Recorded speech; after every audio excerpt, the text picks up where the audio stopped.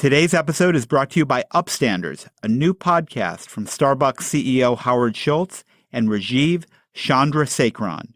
Here's stories of ordinary people doing extraordinary things to create positive change in their communities. Listen and subscribe to Upstanders in iTunes now.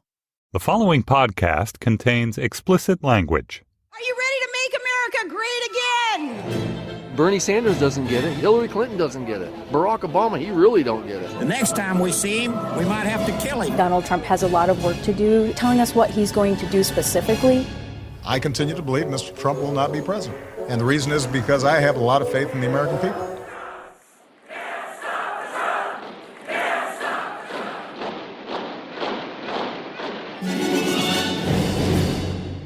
Hello and welcome to Trumpcast, the show about the man who had this advice about nuclear arms control negotiations back during the Cold War. You arrive late, jab your finger in the Soviet negotiator's chest, and say, "Fuck you!" Donald Trump. I'm Jacob Weisberg. So there's one question we haven't talked about much on this show, which is what kind of president Donald Trump would be. I haven't talked about it because it just seems like a preposterous idea. Trump is so totally unqualified, so devoid of actual policies, so lacking in the kind of temperament and experience and the team he would need to be president that it just seems absurd to even consider it. It's also, frankly, too awful to contemplate. A ban on Muslims, torture, racial profiling, a wall paid for by Mexico, a trade war with China that would wreck the economy, Peter Thiel on the Supreme Court. These are idiotic ideas, and it's almost demeaning to have to talk about how Trump might or might not go about implementing them. But not taking the idea of President Trump seriously doesn't reduce the risk that there will ever be one. To the contrary, it lets people live in the fantasy that Trump would shake things up and be tough and provide nonstop entertainment for the whole world. That's why I'm glad my guest today has put the time and energy into asking what Trump would do and could do as president. I'll be back with Evan Osnos of The New Yorker right after we do the tweets.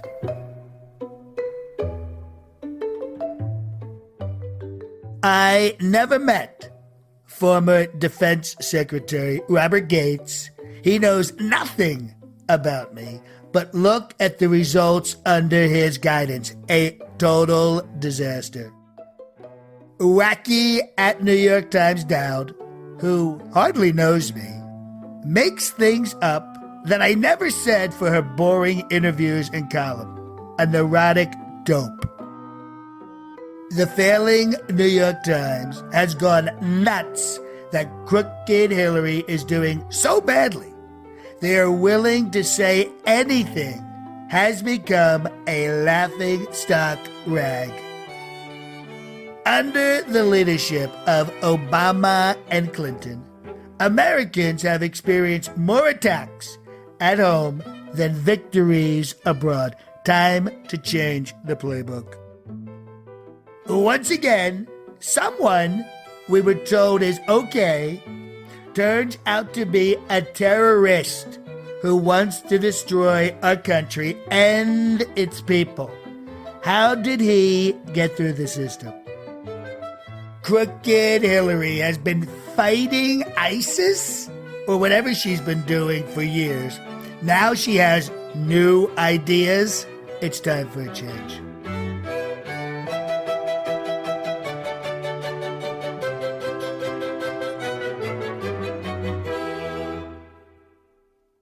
Today's episode is brought to you by Upstanders, a new podcast produced by Starbucks CEO Howard Schultz and Rajiv Chandrasekaran. Upstanders is a unique collection of short stories about ordinary people who do remarkable things to create positive change in their communities. You'll hear stories like the one about the NFL player's mission to train Army veterans and how one teenager was able to mobilize her community and fight pollution. Listen and subscribe to Upstanders on iTunes now, or stream episodes at itunes.com/upstanders. My guest today is Evan Osnos. He's a staff writer at The New Yorker and the author of an article in the new issue called President Trump's First Term, in which he tries to imagine what a President Trump might actually do in office. Evan, welcome to the show. Thanks for having me, Jake. So I think an alternate title for this article would have been Thinking the Unthinkable. I mean, people have really hesitated to go here because it seems so preposterous, but there's a 30, 35%, 25% chance of him winning, however you want to put the odds. It's close enough that we better think about it. Yeah, this began, for a long time, people had done sort of satire or sci-fi or farce, or on the other side, people had imagined in a kind of fan fiction form the idea of a Trump presidency. But we started to look at the numbers over the summer, and there was a sense that whether or not it would get as close as it has become, that this was a worthy exercise because it tells us something not only about Trump's candidacy, but also about the nature of the presidency and what a president can or cannot do. So there's a lot that a president can't do without Congress, but you write that Trump could achieve many objectives on his own. A president has the unilateral authority to renegotiate a nuclear deal with Iran, to order a ban on Muslims, and to direct the Justice Department to give priority to certain offenses with an eye to specific targets. I mean, take any one of those. Let's start with the ban on Muslims. Trump could just do that as an executive order. What would happen? Well, there's different ways that he could frame it, but one of the things that he could do would be not to use religious language. He would frame it in some sort of geographical designation. So, for instance, he could say that the United States faces an urgent, grave threat because of some emanating risk from Egypt, and therefore he is suspending migration from Egypt. He has that power. That is not in dispute. And then the question simply becomes, how broadly would he apply it? Would he apply it to one country, 2 countries, 10 countries? Would he apply it to Europe? The legal authority exists. Right. And the question also becomes, does anybody stop him? How fast, in effect, can somebody bring a challenge in court to be able to halt it? And what's the answer to that? And does it go into effect pending a court ruling? No, it doesn't. It goes into effect immediately. Right. This is one of the most important points I just sort of did not anticipate was, and it's intuitive, but in some ways it needed to be explained to me explicitly, which is that one of the advantages of the presidency is that they have the first mover advantage. And this has been discussed in the legal literature that when a president does something, it is a fait accompli until the other branches of government can motivate a response. And that takes a long time. I mean, Eric Posner is a great legal scholar at the University of Chicago, had said at one point to me, that's the thing you have to remember, is that courts are slow and Congress is slow. And so if you take as one example, under George W. Bush, the decision to begin to collect bulk phone metadata, which was done by executive order, there were, in fact, objections raised at the time. There were lawsuits filed, but it took about 15 years before Congress was able to begin to pare that back. And even if a lot of things don't take that long, Trump could clog them up, right? I mean, he could sign 25 executive orders his first day that raise constitutional questions, and it's very unlikely the courts could work through the bulk of those in years.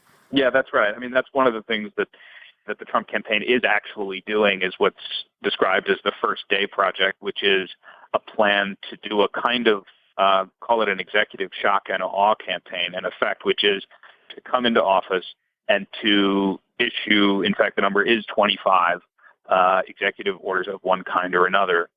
And it was described to me by a Republican very close to the campaign as that by signing these documents in several hours, Donald Trump could erase the Obama presidency. That's hyperbole to one degree, in the sense that it takes up, there's a process here. If something has gone past the rulemaking phase, then there is a period for public comment and so on and so on. But by doing it, by issuing the order, it begins the process of undoing what, in some cases, are cornerstones of the Obama presidency. What happens when Trump does something Republicans have accused Obama of doing, that is, not really enforcing laws he doesn't like? So when it comes to Obamacare, it may still be funded, but what if he says, we're essentially not going to implement it anymore, or we're not going to try to implement it effectively? Can he do that? Can the president sort of launch a sit-down strike when it comes to laws he doesn't agree with? He can do it. And in fact, they're planning to do it. I mean, they have said that to me in the course of these interviews, that one of the things that they're planning to do is to use, in effect, sort of the optionality of the president to decide how they would for instance, enforce environmental regulation. So one of the ways that you can undermine the effectiveness of the EPA is by installing specific specific high-level officials who take it on as their explicit project to limit the scope of governance and also to limit the vigilance and the pace of prosecution of offenses. And then the other thing they can do, which I think hasn't really received quite as much attention as it might merit, is that they told me that they're inspired by something that Mike Pence, the VP candidate, did when he was named governor, when he became governor of Indiana, which is that he imposed a moratorium on regulation. And there are some exceptions that he made for sort of health and safety, very, very urgent things that had to be passed. But what he did, in effect, was have a pretty broad chilling effect on any attempt to try to expand the regulatory function of government agencies. So that's something that they believe they can do at the federal level. And I haven't heard an objection, anybody explain to me why they couldn't do it. And that's just an executive order. That's just an executive order. In Mike Pence's case, he established a small agency to help implement it. Both Bill Clinton and Barack Obama have resorted to heavy use of executive orders because they've been blocked so extensively by Congress. But live by executive orders, die by executive orders. An ex-president in the stroke of a pen can undo whatever you did. Yeah, they really can. And Steve Moore, who's an official campaign advisor to Donald Trump, said to me, he said, sort of dismissively, he said, look, I don't think the left fully understood that when Obama relied so much on executive order that he was then vulnerable to the possibility of having these things overturned. I think actually the Obama administration is fully aware of the vulnerability associated with using executive order, but they believe those were the best tools at the time. But it is true, by now, there is now, I think, a greater culture of executive authority, a sort of broader understanding of what a president can do. And on top of it, there have been legislative changes that have actually endowed the presidency with greater authority than it had 50 or 100 years ago. So even though there are, of course, constitutional checks on a presidency, I think most people, and legal scholars will say this to you, that the conventional understanding of the bounds and the legal constraints on a presidency are kind of misunderstood. There is, in fact, much more that a president can legally do without interference. If Trump were to win the election, a lot of Republicans who've been in positions in previous administrations would face this kind of interesting dilemma, including Republicans who've been against Trump. It's, do you go into the administration and try to limit the damage and retain some sense of responsibility, or do you take a position that this guy's beyond the pale, we won't help him? What do you think they'll do, and what do you think the right thing to do is? Well, a president has the right to appoint about 4,000 people all across the government in various positions. In Trump's case, he's facing a particular problem, which is that some of the most experienced senior Republican statesmen have publicly said they will not support him. There's been, as we know, of course, this letter with 50 Republican national security officials who say they would never support Trump. So what that means is that it has, in effect, forced him to look at a younger generation. I spoke to a number of these younger Republican officials of one kind or another, or people who have been working in the think tank world, who have been invited by the transition team or are being vetted by the transition team. And they're facing this, in a sense, a moral question, because some of them recognize that Donald Trump's candidacy has elements with which they violently disagree, but they believe that there is a difference, that if somebody is elected, if they're not just a candidate anymore, that if they're actually elected, that maybe that becomes a patriotic thing to go into government. As one of them said to me, he said, look, the question is Trump Berlusconi or is he Mussolini? And if he's Mussolini, is he Mussolini in 1933 or 1941?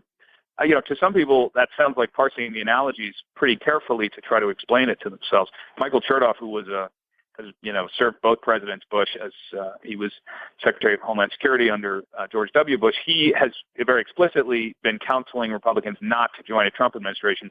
And what he said to me was, look, people are calling me, they're asking me for advice, and what I tell them is, you're going to need to take a very long look at your conscience and decide if you're kidding yourself. Yeah, and I admire that stand Chertoff is taking. But, for example, I'll give you another instance. Richard Hawes, who's the president of the Council on Foreign Relations, I think he knows Trump is a dangerous idiot, but he has refused to rule out going in.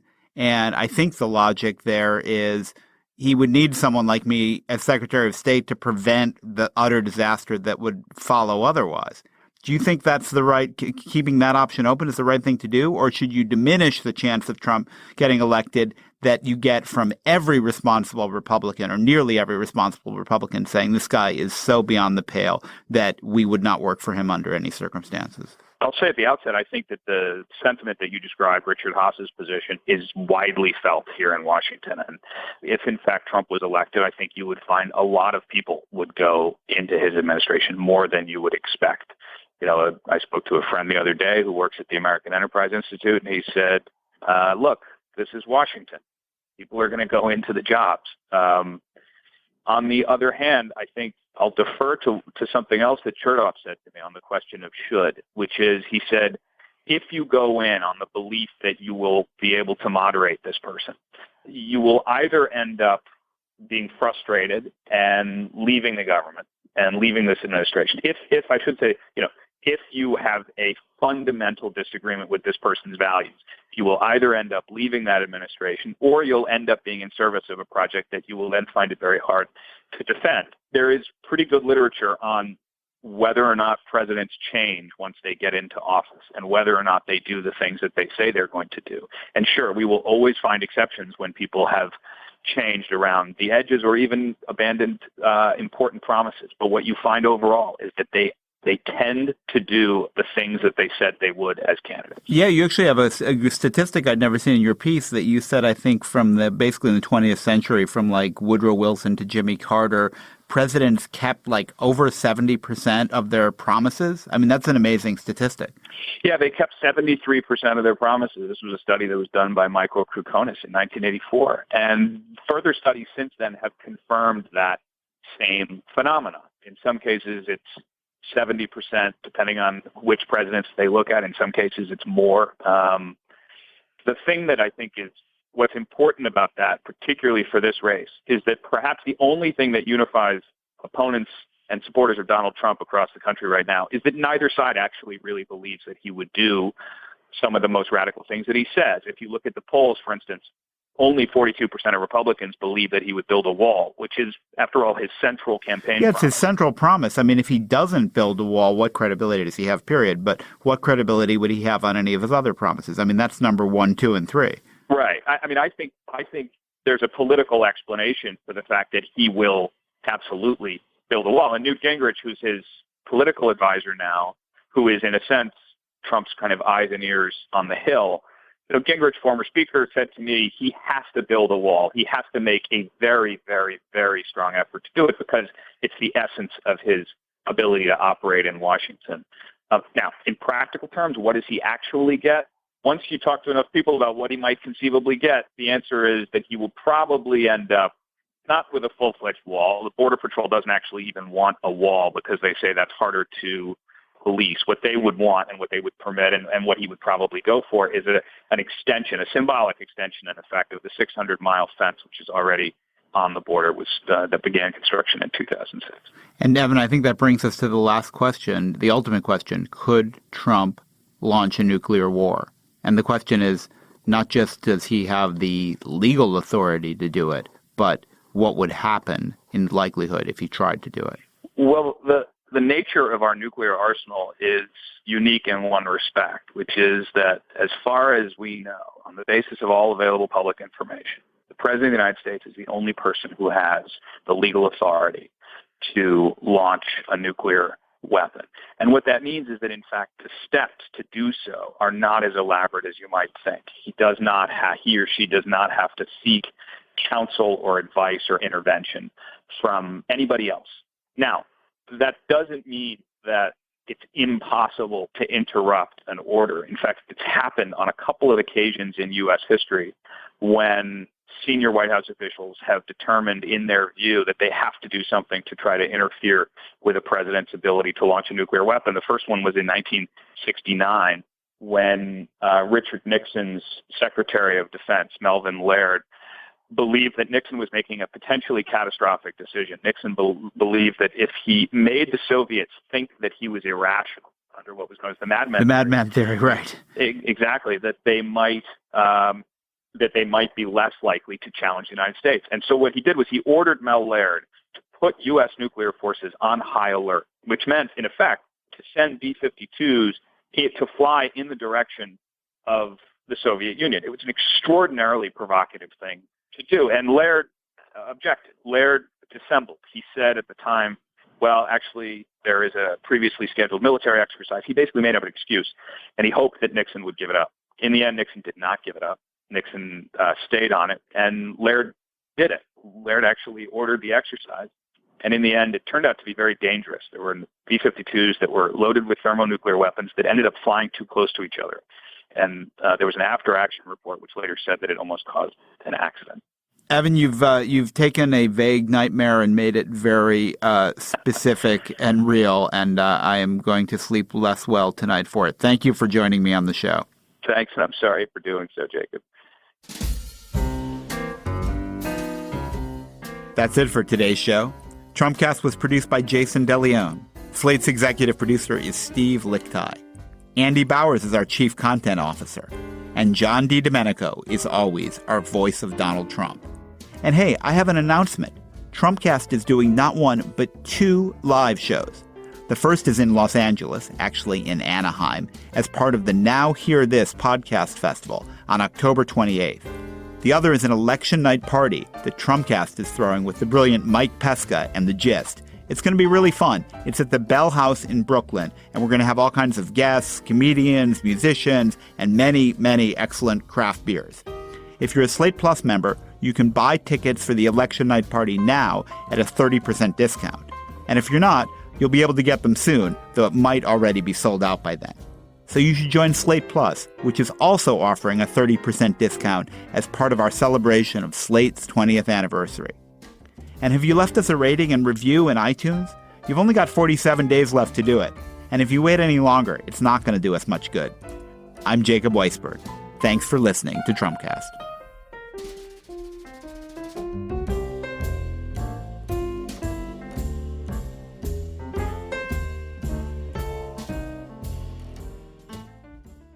Hillary Clinton is taking the day off. She needs the rest. Sleep well, Hillary. See you at the debate. In every city, she encouraged them to enjoy what she called the cheerful hurly-burly of city life.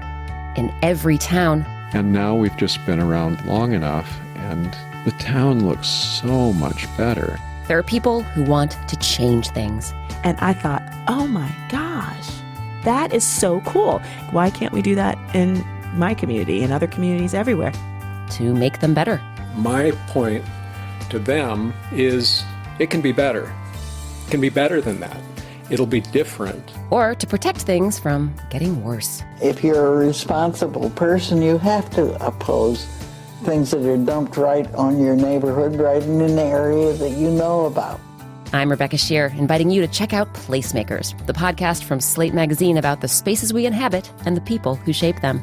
Subscribe now to Placemakers. You'll never look at your community the same way again.